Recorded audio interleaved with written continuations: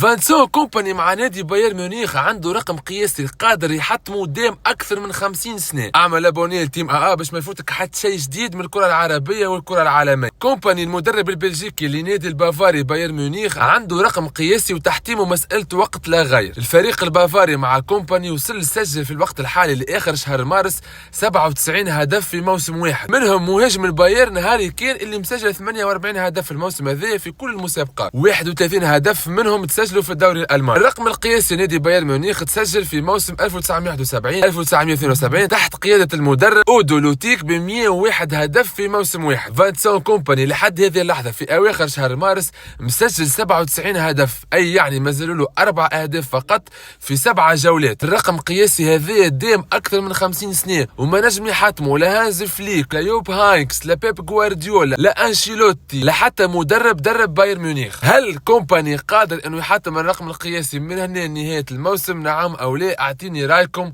في التعليقات.